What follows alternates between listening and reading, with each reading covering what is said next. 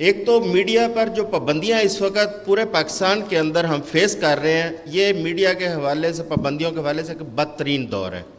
ایک تو یہ فرما دیجئے کہ یہ پابندیاں کب اور کیسے ختم ہوں گی کہ جرنلسٹ کو اپنی مرضی سے لکھنے اور بولنے کی اجازت مل جائے، جو فریڈم آف ایکسپریشن جس کے مسلم لیگ نون، پیپلز پارٹی، تمام پولیٹیکل پارٹیاں وہ اس کی دائی ہیں، دعوے دار ہیں، لیکن عملاً اس طرح نہیں ہے۔ دوسرا، آپ نے بھی ایک معاشی پلان کی بات کی کہ پیرالل ہم آئی ایم ایف کے جو قرضے ہیں ان سے جان چھڑوا سکتے ہیں، بہت اچھی بات ہے، ہمیں پاؤں پہ کھڑا ہونا ہے،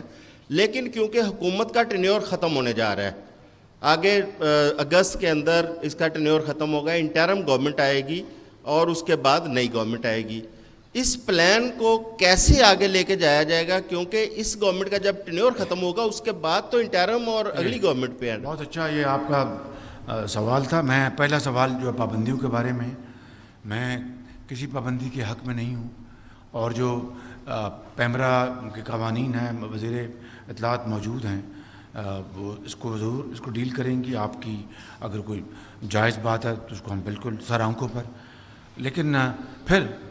میں ماضی میں جھانک نہیں چاہتا، لیکن ماضی قریب میں آپ جھانکیں تو جو کچھ ہوتا رہا وہ آپ کے سامنے ہے۔ لیکن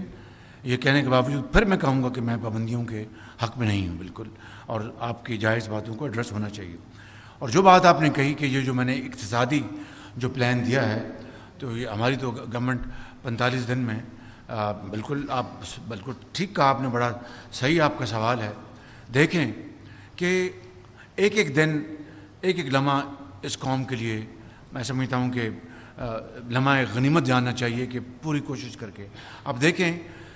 یہ میری بات غور، میں سوال آپ کو پوائنٹ بتا رہا ہوں، 600 ارب روپے لگ بھگ، finance minister would correct me if I am wrong, جو ایس او ایز ہیں، یعنی جو اسٹیٹ اونڈ انٹرپرائزز، پی آئی اے، یہ اسٹیل مل اور اس طرح، 600 ارب روپے تقریباً سال کا، اتنی اماؤنٹ تقریباً سال کا کھا جاتے ہیں، ان کو گرانٹس ملتی ہیں، ان کے لاسز ملا کے سب کچھ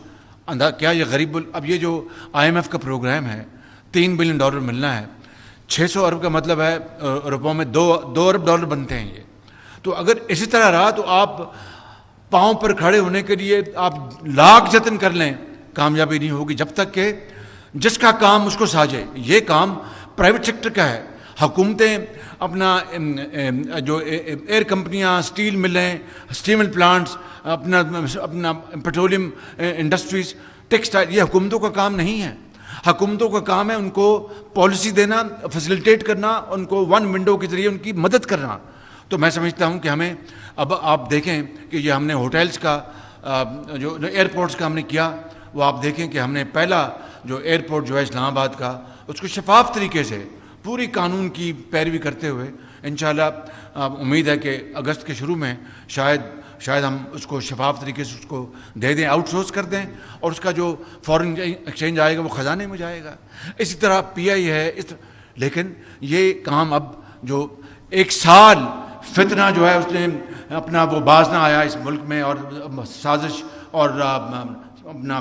بدترین فتنہ پھیلایا گیا اس ملک میں، اس نے تباہی کر دی۔ کیا مجھے بتائیں کون آئے گا یہاں پر اپنا انویسٹ کرنے؟ میں آپ کو، میری طرف دیکھیں، میں آپ کو کہہ رہا ہوں بالکل ایمانداری سے کہ فتنہ اگر ہو، شورش ہو، سازش ہو، کوئی آ کے انویسٹ کرے گا؟ Profits and investments go where it find itself most comfortable environment. یا پاکستانی سرمایہ کار کو لے لیں، باہر کو چھوڑ دیں، وہ نہیں سرمایہ کاری کرے گا جب اگر فتنہ ہوگا، سازش ہوگی، شورش ہوگا، انسٹیبلٹی ہوگی۔ تو اس لیے میری یہ اب خدا کرے کہ الیکشن کے نتیجے میں نئی حکومت جو بھی آئے، یہ آپ کا سوال کا جواب ہے،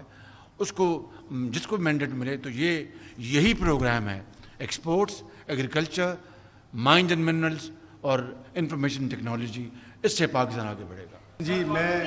میں آپ کو لائٹر نوٹ پہ یہ یاد کرانا چاہوں، مجھے تو بڑا ایک گریٹ چینج نظر آ رہی ہے کہ جب میں دیکھا کرتا تھا پہلے تو عمران خان صاحب تو اپنی مرضی کے صرف صحافی سلیکٹڈ باقاعدہ کراس لگتے تھے کہ یہ اس کو نہیں بلانا ہے، اور آج شہباز شریف صاحب نے نہ صرف اکراس دی بورڈ بلایا ہے اور آپ کو کھلے دل سے ہر سوال کا جواب دے رہے، تو I think it's a great change, اس کو تو آپ کم ریئلائز کریں۔